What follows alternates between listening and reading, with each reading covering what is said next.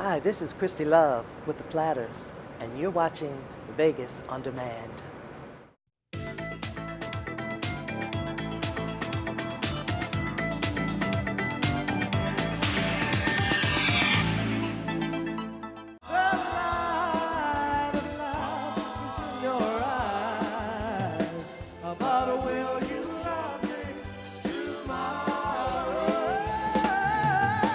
Hi, I'm Christy Love, and we're here at Planet Hollwood at the Steve Wyrick Theater with the Platters, the Coasters, and the Marvelettes.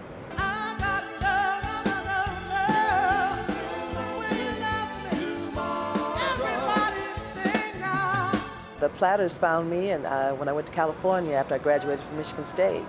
And I went to California, met Buck Graham and Jeannie Bennett, and started singing with some wonderful guys and became the official recipient of the Platters dish and became the Platters in line after Zola Taylor.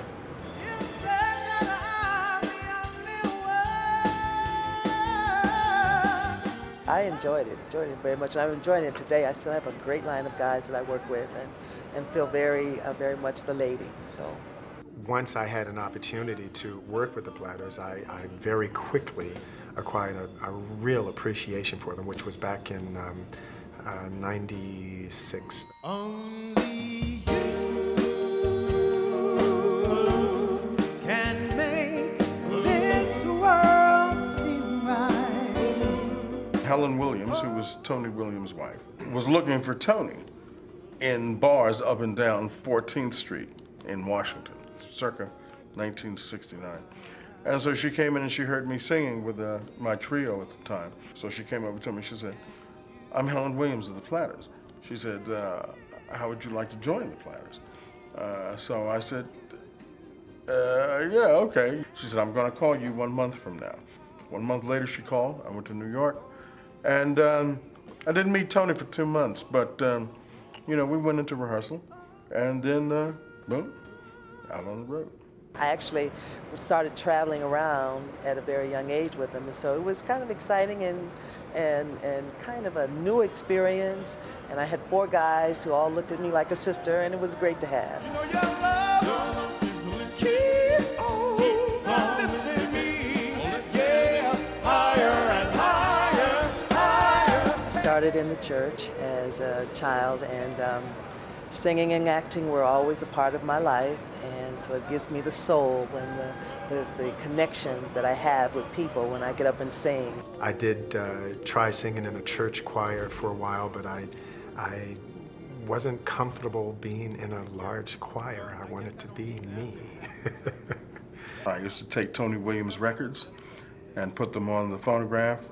Twilight Time was the first. I used to mimic him, never even knowing that later on in life would be singing with Tony, who was the original lead singer of the Platters. Heavenly shades of night are falling, it's twilight time. Out of the mist your voice is calling, 'tis twilight time. My favorite song is At Last, and it's At Last because it's timeless. It's actually my son David said, "Mom, why don't you do At Last?" The older generation knows it, and now the younger generation knows it, and everybody knows it.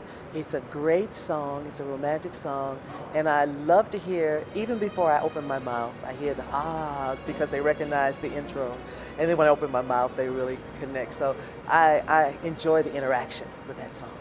At last, my love has come along.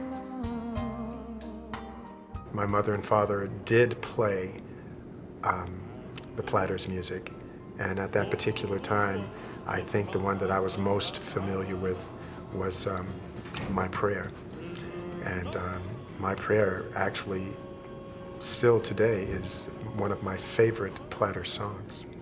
I was amazed at the hits, the songs, the love songs. I'm a romantic, and the love songs, and becoming a part of that era and a part of that line was quite an honor for me.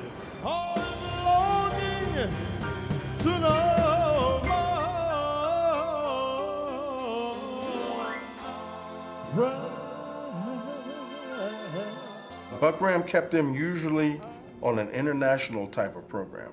Their itinerary was New Zealand, Australia, Saudi Arabia. That's where the Platters performed, and that's why they became known as the ambassadors of goodwill of rock and roll. I felt as though they were ahead of their time, simply because of what Derek just said. They were the only group that became internationally known. And when I say only group, I mean only R&B group that became internationally known. And their music, I didn't think it was necessarily crossover. I think that they were not necessarily singing R&B. They were just black entertainers singing pop music. Yes, I'm the great. Everybody put your hands up and wave for the memories. Come on. Just laughing gay like a clown. I seem to be what I'm not. You see, I'm wearing my heart like a crown. This is the jester of the group. He's a very funny man, very likable guy. You know, you have to know, when it's funny, when it's not. You have to keep it light, keep it moving. He told me to sing Yeah, Tiptoe Through the Tulips. We talked about that just prior. He said, if they ask you to sing, you have to sing Tiptoe Through the Tulips. Okay, I'll give you a funny moment. Okay, there's always a wardrobe malfunction. It's usually with the eyelashes. They start, the lights get in your eyes and it'll start stripping down. And I've had an eyelash fall on stage. At last, With skies above are blue. I think one of the favorite moments in the show for me is when the audience becomes so engaged by the beauty of the songs. And I watch the audience on my song At Last because they hear something that's so familiar. And then I watch them on My Prayer and they become mesmerized. It's just watching the audience and their reactions to the things that we have to present. It's not just older people of the era, which you would think the baby boomers. A lot of younger people come and say, well, my parents raised me on this. And that's always good for us to see. And then we have that crowd that they come with their parents and say, I'm coming back, I'm bringing somebody else. Because the music is timeless. And it also has such an allure with the romantic things that we do that it's a variety of people all the way from young to old. and with this ring I promise I'll always love you, always love you. Together at last at twilight time.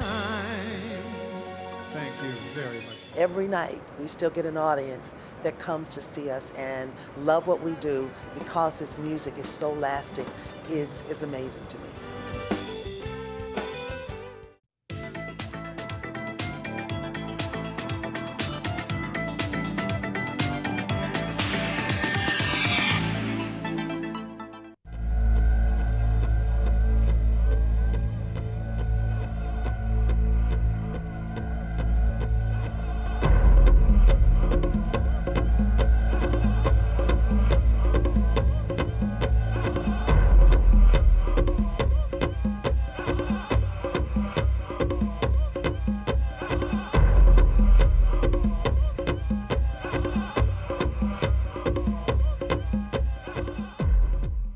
This has been a presentation of Players Network.